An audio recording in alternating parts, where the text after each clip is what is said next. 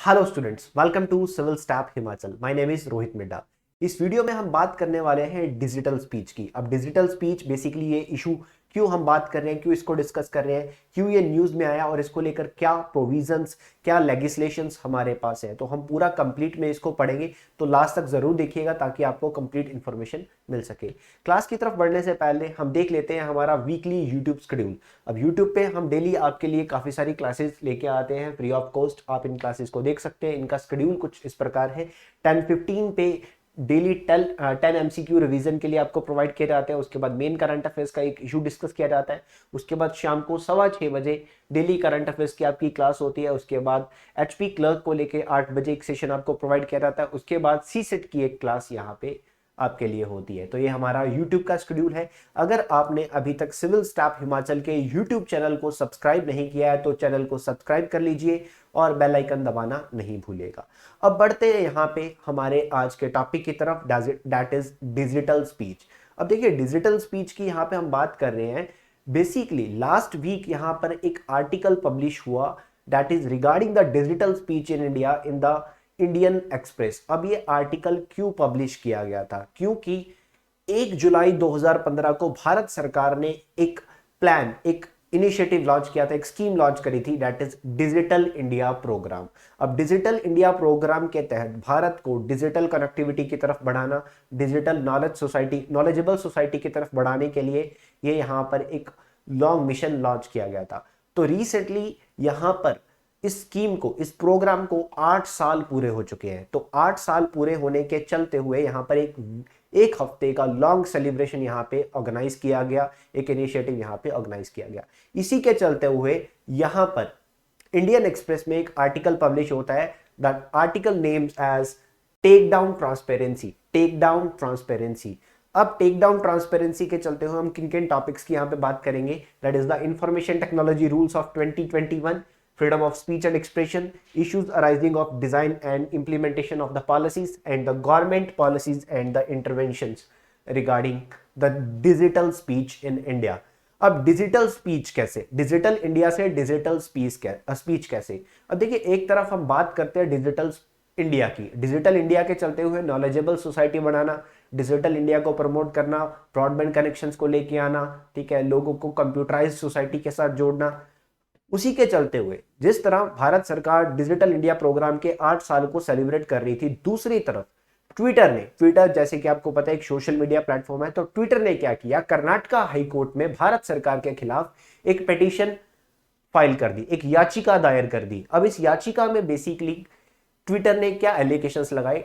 Twitter ने allegations लगाए कि भारत सरकार जो है ये ट्विटर को आदेश देती है, ट्विटर को ऑर्डर्स देती है कि ट्विटर जो है अपने हैंडआउट में से, अपने प्लेटफॉर्म में से बहुत सारे अकाउंट्स को डिलीट कर दे, रिमूव कर दे, बहुत सारे ट्वीट्स को रिमूव कर दे। तो ये ऑर्डर्स बेसिकली ये दिए जाते हैं भारत सरकार के द्वारा, किसको? ट्विटर को। तो ट्विटर ने इसी चीज को लेके एक पिटीशन फाइल कर दी कर्नाटका हाईकोर्ट के अंदर।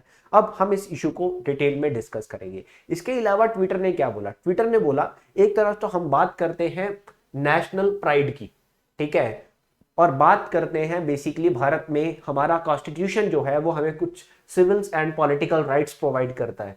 बट ये जो भारत सरकार की पॉलिसीज है, भारत सरकार किस तरह से ट्विटर के द्वारा जो ट्वीट्स है उनको डिलीट करवाता है, ठीक है, ये बेसिकली भारत सरकार एक तरफ तो लोगों को डिजिटल इंडिया के नाम पे फाइनेंशियल एंड सोशल बेनिफिट्स देने की बात करता है, बट दूसरी तरफ इन्हीं फाइनेंशियल एंड सोशल राइट्स को प्रोवाइड करते हुए, सोशल बेनिफिट्स को प्रोवाइड करते हुए दूसरी तरफ इसके बदले में उनके सिविल्स एंड पॉलिटिकल राइट्स को छीन लेता है। उसके साथ साथ बेसिकली इस इशू की अगर हम बात करते हैं, इस आर्टिकल में यह बताया गया कि आज भारत में 600 मिलियन ब्रॉडबैंड सब्सक्राइबर जो है वो हो चुके हैं, ठीक है, 600 मिलियन ब्रॉडबैंड सब्सक्राइबर, यानी कि भारत सरकार डिजिटल इंडिया के नाम पे कनेक्टिविटी को तो रेस कर रही है, but is the connectivity is enough to provide the democratic promise of the constitution? क्या सिर्फ कनेक्टिविटी से ही हम आगे बढ़ जाएंगे? क्या सिर्फ ब्रॉडबैंड कनेक्शन होने से ही हमें हमारे जो कॉन्स्टिट्यूशनल राइट्स हैं, ठीक है, वो मिल जाएंगे? नहीं। तो शुरुआत करते हैं, बेसिकली ये किस्सा कहां से शुरू होता है? तो किस्सा शुरू होता है इंफॉर्मेशन टेक्नोलॉजी एक्ट ऑफ 2000 से। देखिए, सन 2000 में भारत सरकार लेके आती है इंफॉर्मेशन टेक्नोलॉजी एक्ट। अब इंफॉर्मेशन टेक्नोलॉजी एक्ट पास किया गया था क्योंकि बेसिकली कंप्यूटर मीडिया से, कंप्यूटर इलेक्ट्रॉनिक्स से, मोबाइल फोन से अगर कोई बेसिकली क्राइम्स किए जाते हैं, जिसको हम साइबर क्राइम्स भी कहते हैं, कोई प्रॉब्लम्स रेज की जाती हैं, तो उनको यहाँ पर लेकर क्रिमिनलाइज करने के लिए इंफॉर्मेशन टेक्नोलॉजी एक्ट पास किया गया, ताकि बेसिकली कंप्यूटर से होने वाले जो ऑफेंसेस है उनको रोका जा सके। अब ये लॉ उस वक्त आया जब भारत में basically computers, mobile phones basically एक लग्जरी माने जाते थे, क्योंकि बहुत ही रेयर पीपल्स होते थे जो इनको अफोर्ड कर सकते थे, क्योंकि इनके प्राइसेस बहुत ज्यादा होते थे। उस टाइम पे टेक्नोलॉजी इतनी एडवांस नहीं थी कि हर कोई इसको अफोर्ड कर पाए। बट टाइम टू टाइम क्या हुआ, ये जो कंप्यूटर्स हैं, लैपटॉप्स हैं, मोबाइल फोन्स हैं, इनके प्राइसेस जो है वो बेसिकली कम होने शुरू हुए, क्योंकि टेक्नोलॉजी की तरफ हम बढ़ते गए, उसी के चलते हुए जो प्राइसेस थे ये कंट्रोल होते गए। अब प्राइसेस कंट्रोल होने के साथ साथ धीरे धीरे टाइम के साथ साथ स्कूल स्टूडेंट से लेकर बेसिकली सीनियर सिटीजन्स तक, ठीक है, मोबाइल फोन्स को, लैपटॉप्स को, कंप्यूटर्स को अफोर्ड करने लगे। आज सबके पास, आज हम देखते हैं कि सबके पास एक छोटा बच्चा, 5 साल का छोटा बच्चा भी मोबाइल फोन मांगता है, और बड़े से बड़े सीनियर सिटीजन्स के पास भी यहाँ पर मोबाइल फोन्स देखे जाते हैं, टच स्क्रीन फोन्स देखे जाते हैं। तो इसी चीज का फायदा उठाते हुए social media companies like Facebook, Twitter, WhatsApp ये सब आगे आई, और इन्होंने भारत को अपनी एक स्ट्रांग मार्केट बनाया। अब इनके बहुत मिलियंस ऑफ सब्सक्राइबर और यूजर्स यहाँ पे पाए जाते हैं, that is through the smartphones, laptops और कंप्यूटर्स। बट अब धीरे धीरे इनके यूजेज के बढ़ते हुए, यूजेज बढ़ेगी तो क्राइम्स भी बढ़ेंगे, इश्यूज भी बढ़ेंगे, ऑफेंसेस भी बढ़ेंगे। तो इसी के चलते हुए इंटरनेट क्राइम्स को रोकने के लिए भारत सरकार ने 2008 में इंफॉर्मेशन टेक्नोलॉजी एक्ट में अमेंडमेंट रेज करी, और जो अमेंडमेंट थी ये फरवरी 2009 में कंप्लीट हुई और इंप्लीमेंटेशन में आई। और इसके चलते हुए बेसिकली इंटरनेट के थ्रू जो क्राइम्स होते हैं वो यहाँ पे एक सीरियस ऑफेंस मान के उनके खिलाफ एक्शन लिया जाने लगा। अब इशू क्या आता है, करंट इशू की तरफ हम बैक टू करते हैं कि ट्विटर ने यहां पर सरकार को, भारत सरकार को लीगली चैलेंज कर दिया कि बेसिकली जो सेंट्रल गवर्नमेंट डायरेक्शन देती है कि तुम ट्वीट्स को ब्लॉक कर दो, हैंडल्स को ब्लॉक कर दो, ठीक है, that is by the ministry of electronics and information technology, that is under the section 69A of the IT act of year 2000। Clear. अब section 69A of IT act की अगर मैं बात करूं तो देखिए, मान लीजिए सरकार कोई टीवी पे कोई बेसिकली प्रसारण आ रहा है, किसी न्यूज चैनल पे, किसी मीडिया पे कोई चीज फैल रही है, कोई बात फैल रही है, और वो बात नेशनल सिक्योरिटी के खिलाफ है, बेसिकली किसी भी चीज को रेस करिए, सरकार देख रही है कि ये जो इशू है, ठीक है, ये हमारी बदनामी करवा रहा है, तो सरकार 69 एक्ट सेक्शन 69A के चलते हुए उसको बैन करवाने के ऑर्डर दे देती है। बेसिकली सोशल मीडिया प्लेटफॉर्म्स को ऑर्डर दिए जाते हैं कि आप इस न्यूज को बंद कर देंगे, डिलीट कर देंगे, इसका प्रसारण किसी भी मोबाइल फोन या हैंडआउट पे नहीं होगा। बेसिकली सेक्शन 69A के चलते हुए भारत सरकार किसी भी व्यक्ति का, बेसिकली हम कहते हैं ना हमारी प्राइवेसी, जैसे व्हाट्सएप है या धीरे धीरे, अब मान लीजिए आपने कोई क्राइम किया तो जब आपको पुलिस पकड़ती है तो पुलिस आपकी पूरी की पूरी व्हाट्सएप चैट निकाल लेती है, ठीक है, पूरा का पूरा आपका सेलफोन हिस्ट्री निकाल लेता है। What is that? This is your private information. But under the section 69A of the IT act this is the legal provision कि भारत सरकार ये कर सकती है। तो यहां पर इश्यूज रेज हुए क्योंकि ट्विटर ने एक एलिगेशन लगा दिया भारत सरकार के ऊपर, that is in the court, Karnataka high court, basically court of law का सहारा लेते हुए ये इशू रेज कर दिया, that is under the section 69A of the IT act of 2000। अब इश्यूज जो आए वो यहां पर ये माने जाते हैं कि जो इश्यूज थे वो ट्विटर की अपनी ट्रांसपेरेंसी मैकेनिज्म को लेकर थे। हालांकि ट्विटर को क्या पड़ी है कि ये भारत के सिटीजन्स के सिविल्स या पॉलिटिकल राइट्स की बात कर रहा है।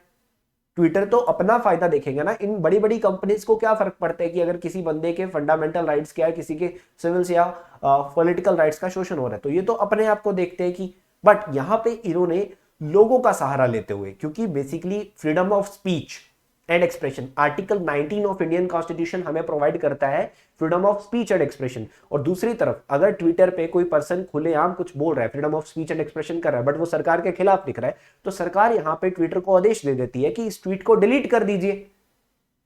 ठीक है, तो यहां पर ट्विटर जो है ये कोई लोगों की कमियां दिखाने के लिए आगे नहीं आया, ठीक है, ट्विटर के अपने ट्रांसपेरेंसी मैकेनिज्म में ही इशू है, इसीलिए ये आगे आया और इसने कर्नाटका हाईकोर्ट में पिटीशन फाइल कर दी। ठीक है, अब ये कोर्ट गया है किस चीज को प्रोटेक्ट करने के लिए, अपनी इंटीग्रिटी को प्रोटेक्ट करने के लिए, ना कि भारत सरकार के जो लॉज हैं उनके खिलाफ। ये अपनी इंटीग्रिटी को प्रोटेक्ट करने के लिए भारत सरकार के खिलाफ चला गया। अदरवाइज केसेस जो थे वो तो पहले से ही आते थे, ऐसी न्यूज को ब्लॉक करना ये तो पहले से ही चलता आ रहा था। पार्लियामेंट्री डाटा के accordingly, as per the parliamentary data, ऐसे ऑर्डर्स, कैसे ऑर्डर्स की जो ट्विटर या इसके जैसे प्लेटफॉर्म्स को ट्वीट डिलीट करने के लिए दिए जाते हैं। तो ट्विटर की अगर मैं सिर्फ बात करूंगा तो ट्विटर को जितने आदेश आज तक दिए गए कि तुम इस ट्वीट को डिलीट कर दो, इस अकाउंट को ब्लॉक कर दो, तो ये ऐसे केसेस 471 केसेस होते थे 2014 में, और 2020 तक अगर हम डाटा की बात करें तो 9849 केसेस, यानी कि लगभग 10,000 केसेस जो है यहां पे भारत सरकार के द्वारा दिए गए हैं ट्विटर को, यानी कि 10,000 आदेश भारत सरकार दे चुकी है ट्विटर्स के ट्वीट्स को डिलीट करने के लिए। अब नंबर्स की बात करें तो एक कॉम्प्रिहेंसिव क्वालिटेटिव असेसमेंट ऐसे ऑर्डर्स का बेसिकली सीक्रेसी के द्वारा रखा जाता है, ठीक है, यानी कि जिन जिन ट्वीट्स को डिलीट किया गया उसकी कोई इंफॉर्मेशन भी यहाँ पर पब्लिकली प्रोवाइड नहीं की जाती, इसको भी सीक्रेसी के साथ यहाँ पर रख दिया जाता है। अब डिस्क्लोजर की अगर हम बात करते हैं यहाँ पे, तो एक joint reading of Shreya Singhal and Anuradha Bhasin judgments को हम यहाँ पे रीड कर सकते हैं। श्रेया सिंघाल केस की मैं आगे भी बात करूंगा, ठीक है। अब गवर्नमेंट ने बेसिकली यहाँ पर क्या क्या टेक डाउन किया था, ठीक है, गवर्नमेंट और अकाउंट्स टेक डाउन की अगर हम बात करें तो लास्ट वीक ऑफ जून 2020 में एक रिपोर्ट आती है और वो बताती है कि ट्विटर ने बहुत सारे जो अकाउंट्स है इनको अपने पास ब्लॉक कर दिया है और बहुत सारे ट्वीट्स को डिलीट कर दिया है, बहुत सारे ट्वीट्स को डिलीट किया, ट्वीट्स को ब्लॉक किया। अब इनमें से बहुत सारे ट्वीट्स या जो अकाउंट्स थे वो पॉलिटिशियन से, जर्नलिस्ट से, एक्टिविस्ट थे, इनसे रिलेटेड थे। मतलब बहुत सारे बेसिकली अगर कोई आज़ादी की बात करता है, अगर कोई पॉलिटिशियन है, कोई जर्नलिस्ट है, उनके अकाउंट्स को यहाँ पर ट्विटर ब्लॉक करता है। बट ट्विटर ब्लॉक क्यों करेगा? जब उसको ऑर्डर दिया जाएगा या उसकी पॉलिसीज के खिलाफ होगा। अब ऐसी ही सिचुएशंस फरवरी और अप्रैल 2021 में भी रेज हुई थी। फरवरी एंड अप्रैल 2021 के बीच में भी ऐसी ही बेसिकली जो प्रॉब्लम थी वो रेज हुई थी। और इसके साथ साथ फार्मर्स प्रोटेस्ट के चलते हुए बहुत सारे ऐसे इश्यूज रेज हुए थे। कोविड-19 के चलते हुए बहुत सारे इश्यूज रेज हुए कि ट्विटर जो है कोविड-19 के चलते हुए सरकार की कमियों को लेकर बहुत सारे ट्वीट्स यहाँ पे हुए। उसके बाद अगर हम बात करें फार्मर प्रोटेस्ट को लेकर बहुत सारे ट्वीट्स यहाँ पे होते थे, उनको भी डिलीट यहाँ पे किया गया। तो यहाँ पर गवर्नमेंट डिजिटल स्पीच को किस तरह से रेगुलेट करती है, जैसे कि हमने पढ़ा था इंफॉर्मेशन टेक्नोलॉजी एक्ट सन 2000 में आया, उसके बाद 2009 में अमेंडमेंट्स इंप्लीमेंटेशन में आई। अब इंफॉर्मेशन टेक्नोलॉजी एक्ट 2021 की हम बात करें तो कुछ रूल्स यहाँ पे इसने लागू किए। अब इसने क्या किया कि जितने भी सोशल मीडियाज है, ठीक है, इनके लिए ग्रेटर डिलीजेंस के साथ वर्क करने के लिए आईटी रूल्स आए 2021 में। अब इन्होंने क्या किया, सोशल मीडिया जो प्लेटफॉर्म है ये बेसिकली ग्रेटर डिलीजेंस के साथ अपने कंटेंट को लेकर वर्क करेंगे, यानी कि ग्रेटर परफॉर्मेंस के साथ अपने जो उनके प्लेटफॉर्म पे जो कंटेंट आता है उसको लेकर वर्क करेंगे। तो सबसे पहली चीज जो आईटी रूल्स लेके आया दैट इज ग्रीवियस ऑफिसर, कि आईटी रूल्स 2021 के अकॉर्डिंगली ये जो सोशल मीडिया प्लेटफॉर्म है ये अपने अंदर एक ग्रेवियस ऑफिसर की पोस्ट को क्रिएट करेंगे और ग्रेवियस ऑफिसर यहाँ पे अपॉइंट करेंगे। अब ये जो ग्रेवियस ऑफिसर होगा ये ग्रेवियस रिड्रेसल को लेकर वर्क करेगा। जितने भी अनलॉफुल या अनफिटिंग कंटेंट होगा इनके प्लेटफॉर्म पे आता हुआ उसको एक पर्टिकुलर टाइम पीरियड के अंदर डिलीट करेगा। अगर ये नहीं कर पाया, बेसिकली पर्टिकुलर टाइम पीरियड में डिलीट करना है, सारी की सारी रिस्पॉन्सिबिलिटी और जवाबदेही जो है वो ग्रीवियस ऑफिसर की होगी कि इनके प्लेटफॉर्म के ऊपर जो भी ऐसे अनलॉफुल या अनफिटिंग कंटेंट यहाँ पे होता है तो उसको बेसिकली जो प्रॉब्लम्स आती हैं, ग्रीवेंसेस आते हैं, उनको रिसीव करना, उनके लिए रिस्पॉन्सिबल, उनको सॉल्व करना, है सारी रिस्पॉन्सिबिलिटी ग्रीवियस ऑफिसर की होगी। अब इसके बाद आईटी रूल्स को लेकर कुछ ड्राफ्ट्स यहाँ पे दिए गए कि ऐसी अमेंडमेंट यहाँ पे होनी चाहिए।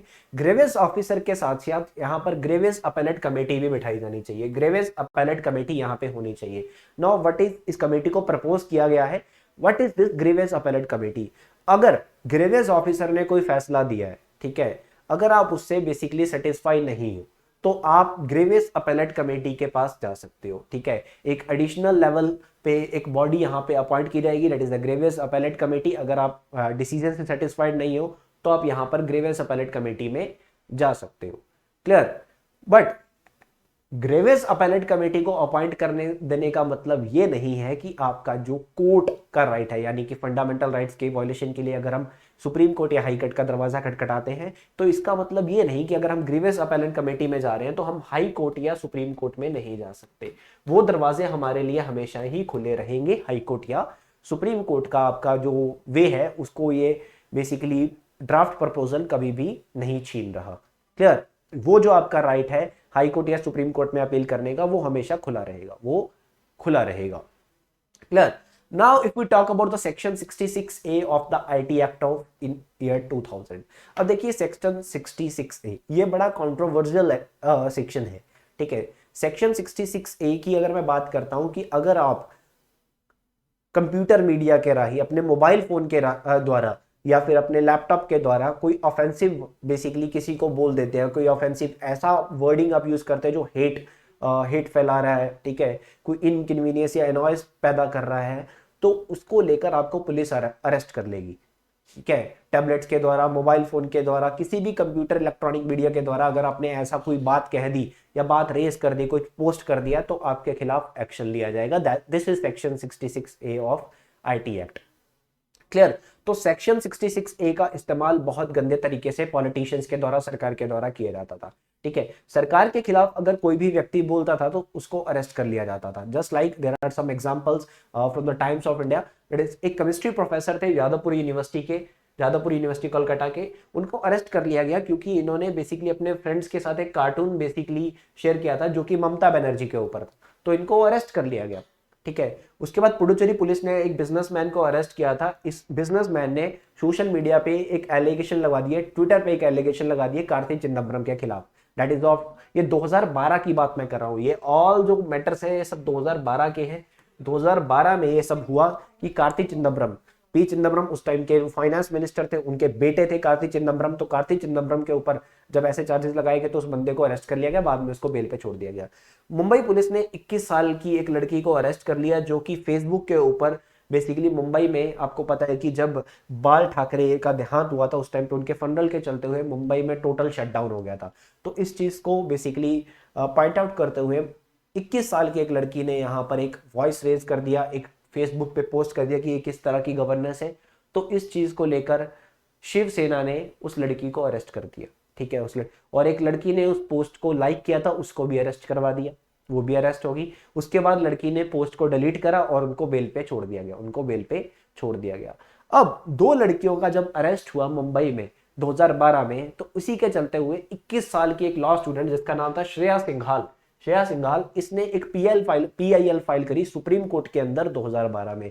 Now what is PIL? Basically अगर आप कोर्ट में कोई याचिका दायर करते हो जो कि समाज की भलाई के लिए होती है, पब्लिक के इंटरेस्ट के अकॉर्डिंग, पब्लिक इंटरेस्ट के लिए होती है, तो उसको हम पीआईएल बोलते हैं, पब्लिक इंटरेस्ट लिटिगेशन बोलते हैं। किसी इंडिविजुअल की भलाई के लिए नहीं, जो पूरी एक सोसाइटी के कोने के लिए, पूरी भलाई के लिए होती है, तो उसको हम पीआईएल बोलते हैं। तो सुप्रीम कोर्ट में एक पीआईएल फाइल की गई 2012 में। उसने बोला कि ये जो सेक्शन 66A के जो प्रोविजंस है आईटी एक्ट 2000 के सेक्शन 66A के जो प्रोविजंस है जिसके चलते हुए पुलिस किसी को भी अरेस्ट कर रही है, तो दीज आर अनकॉन्स्टिट्यूशनल, क्योंकि ये आर्टिकल 14, आर्टिकल 19, आर्टिकल 21 का वायलेशन कर रहे हैं। Now what are article 14, 19 and 21? We all know that article 14 the equality before law and equal protection of law, इस चीज का वायलेशन।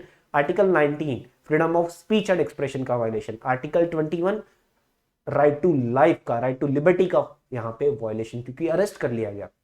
उसके बाद बहुत सारे इश्यूज इस चीज को लेके हुए और 2015 में भारत सरकार ने इस सुप्रीम कोर्ट ऑफ इंडिया ने इस एक्ट को, इस सेक्शन को, सेक्शन 66A को अनकॉन्स्टिट्यूशनल बताते हुए 2015 में इसको बंद कर दिया, इसको अबॉलिश कर दिया। बट आज भी कहीं ना कहीं बेसिकली इस चीज को लेके, इस सेक्शन 66A को लेकर अरेस्ट होता रहता है। लास्ट ईयर भी यहाँ पर बहुत सारे केसेस हुए थे, यूपी में बहुत सारे केसेस हुए थे, जिसके चलते हुए एक पिटीशन लास्ट ईयर भी फाइल की गई थी और सुप्रीम कोर्ट ने भारत सरकार को आदेश दिया था कि सभी स्टेट्स को यह रिटर्न ऑर्डर भेजा जाए, सेक्शन 66A को लेकर कोई भी अरेस्ट नहीं किया जाएगा।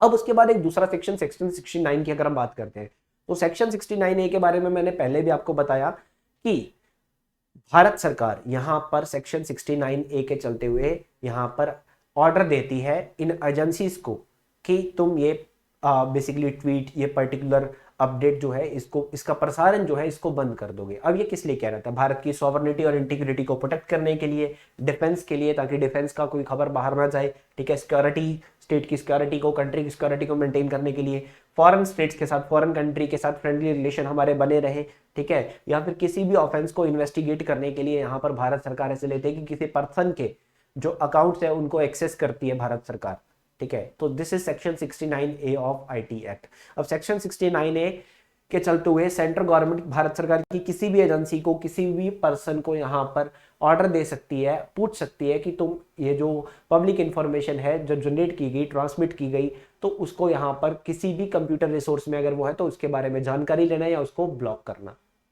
करना, ठीक है। अब भारत सरकार का कोई भी ऑफिसर अगर इस डिपार्टमेंट में वर्क करता हो, ऐसा कोई ऑर्डर देता है कि ये जो न्यूज है इसका प्रसारण बंद करना है, तो वो रिटर्न में होना चाहिए, अब रेगुलेशंस को लेकर यहां पर चैलेंजेस क्या सरकार फेस कर रही है, यहां पर what are the challenges in the government regulation. तो सबसे बड़ी प्रॉब्लम यहां पे सबसे पहले जो हम इशू डिस्कस करेंगे that is the IT act. अब आईटी एक्ट में यहां पर गवर्नमेंट जो है वो हमारे राइट्स को लेकर, अगर हम freedom of speech and expression की बात करते हैं, आर्टिकल 19 की बात करते हैं, तो यहां पर सरकार को एक मुद्दा मिल गया कि सरकार हमारे जो ट्वीट्स हैं उनको दबा रही है, हमारी जो वॉइसेस है उनको दबा सकती है। तो this make the government the arbiter to suppress the speech.